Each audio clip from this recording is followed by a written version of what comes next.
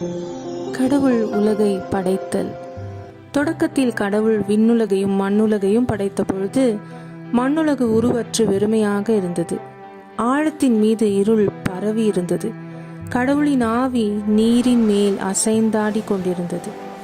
அப்பொழுது கடவுள் ஒளி தோன்றுக என்றார். ஒளி தோன்றிற்று. கடவுள் ஒளி நல்லது என்று கண்டார். கடவுள் ஒளியையும் இருளையும் வெவ்வேறாக பிரித்தார். கடவுள் ஒளிக்கு பகல் என்றும் இருளுக்கு இரவு என்றும் பெயரிட்டார். மாலையும் காலையும் நிறைவுற்று முதல் நாள் முடிந்தது. அப்பொழுது கடவுள் நீர்த்திரளுக்கு இடையில் வானம் தோன்றுக, அது நீரினின்று நீரை பிரிக்கட்டும் என்றார். கடவுள் வானத்தை உருவாக்கி வானத்திற்குள் கீழுள்ள நீரையும் வானத்திற்கு மேலுள்ள நீரையும் பிரித்தார். அது அவ்வாறே ஆயிற்று. கடவுள் வானத்திற்கு விண்ணுலகம் என்று பெயரிட்டார். மாலையும் காலையும் நிறைவுற்று இரண்டாம் நாள் முடிந்தது. அப்பொழுது கடவுள் விண்ணுலகு கீழுள்ள நீர் எல்லாம் ஓரிடத்தில் ஒன்று சேர உலர்ந்த தரை தோன்றுக என்றார். அது அவ்வாறே ஆயிற்று. கடவுள் உலர்ந்த தரைக்கு நிலம் என்றும் ஒன்று திரண்ட நீருக்கு கடல் என்றும் பெயரிட்டார். கடவுள் அது நல்லது என்று கண்டார்.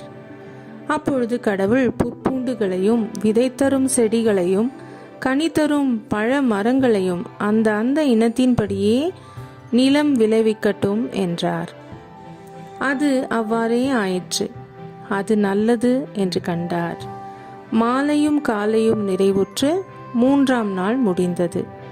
அப்பொழுது கடவுள் பகலையும் இரவையும் வெவ்வேறாக பிரிப்பதற்கும் காலங்கள் நாள்கள் ஆண்டுகள் ஆகியவற்றை குறிப்பதற்கும் விண்விரிவினில் ஒளிப்பிழம்புகள் தோன்றுக, அவை மண்ணுலகிற்கு ஒளி தர விண்விரிவினில் ஒளிப்பிழம்புகளாக இருக்கட்டும் என்றார். அது அவ்வாறே ஆயிற்று. கடவுள் இரு பெரும் ஒளிப்பிழம்புகளை உருவாக்கினார். பகலை ஆள்வதற்கு பெரிய ஒளிப்பிழம்பையும் இரவை ஆள்வதற்கு சிறிய ஒளிப்பிழம்பையும் மற்றும் விண்மீன்களையும் அவர் உருவாக்கினார். கடவுள் மண்ணுலகிற்கு ஒளி தர விண்ணுலக வானத்தில் அவற்றை அமைத்தார். பகலையும் இரவையும் ஆள்வதற்கும் ஒளியையும் இருளையும் வெவ்வேறாக பிரிப்பதற்கும் அவற்றை அமைத்தார். கடவுள் அது நல்லது என்று கண்டார்.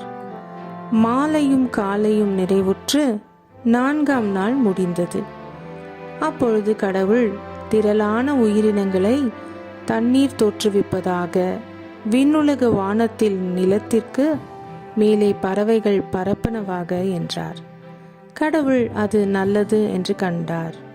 கடவுள் அவற்றிற்கு ஆசி வழங்கி பழுகி பெருகி கடல் நீரை நிரப்புங்கள், பறவைகளும் மண்ணுலகில் பெருகட்டும் என்றுரைத்தார். மாலையும் காலையும் நிறைவுற்று ஐந்தாம் நாள் முடிந்தது. அப்பொழுது கடவுள் கால்நடைகள் ஊர்வன காட்டு விலங்குகள் ஆகியவற்றை அவ்வவற்றின் இனத்தின்படி நிலம் தோற்றுவிப்பதாக என்றார். அது அவ்வாறே ஆயிற்று. கடவுள் அது நல்லது என்று கண்டார். அப்பொழுது கடவுள் மானிடரை நம் உருவிலும் நம் சாயலிலும் உண்டாக்குவோம். அவர்கள் கடல் மீன்களையும் வானத்து பறவைகளையும் கால்நடைகளையும் மண்ணுலகு முழுவதையும் நிலத்தில் ஊர்வன யாவற்றையும் ஆளட்டும் என்றார். அப்பொழுது ஆண்டவராகிய கடவுள் நிலத்தின் மண்ணால் மனிதனை உருவாக்கி அவன் நாசிகளில் உயிர் மூச்சை ஊத மனிதன் உயிருள்ளவன் ஆனான். அவன் பெயர் ஆதாம். ஆதாம் வாழும்படியாக ஆண்டவராகிய கடவுள் கிழக்கே இருந்த ஏதேனில் ஒரு தோட்டம் அமைத்து அதை அவன் கவனித்துக் கொள்ளும்படி செய்தார். ஆண்டவராகிய கடவுள் மனிதனிடம், தோட்டத்தில் இருக்கும் எந்த மரத்திலிருந்தும் உன் விருப்பம் போல் நீ உண்ணலாம், ஆனால் நன்மை தீமை அறிவதற்கு ஏதுவான மரத்திலிருந்து மட்டும் உண்ணாதே, ஏனெனில் அதிலிருந்து நீ உண்ணும் நாளில் சாகவே சாவாய் என்று கட்டளையிட்டு சொன்னார். பின்பு ஆண்டவராகிய கடவுள், மனிதன் தனிமையாக இருப்பது நல்லதன்று, அவனுக்கு தகுந்த துணையை உருவாக்குவேன் என்றார். ஆகவே ஆண்டவராகிய கடவுள் மனிதனுக்கு ஆழ்ந்த உறக்கம் வர செய்து அவன் உறங்கும் பொழுது அவன் விலா எலும்பு ஒன்றை எடுத்துக்கொண்டு எடுத்த இடத்தை சதையால் அடைத்தார். ஆண்டவராகிய கடவுள் தாம் மனிதனிடமிருந்து எடுத்த விலா எலும்பை ஒரு பெண்ணாக உருவாக்கி மனிதனிடம் அழைத்து வந்தார். அப்பொழுது மனிதன், இதோ இவளே என் எலும்பின் எலும்பும் சதையின் சதையுமானவள், ஆணிடமிருந்து எடுக்கப்பட்டதால் இவள் பெண் என்று அழைக்கப்படுவாள் என்றான். இருவரும் ஒரே உடலாயிருப்பர். கடவுள் அவர்களுக்கு ஆசி வழங்கி, பழுகி பெருகி மண்ணுலகை நிரப்புங்கள் என்றார். கடவுள் தாம் உருவாக்கிய அனைத்தையும் நோக்கினார்.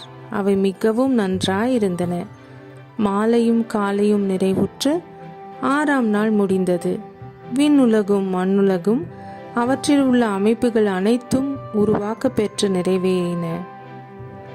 அவர் தாம் செய்த வேலைகள் அனைத்தையும் நிறைவு பெற செய்து 7ஆம் நாளில் ஓய்ந்திருந்தார். இவையே விண்ணுலக மண்ணுலக படைப்பின் தோற்ற முறைமையாம்.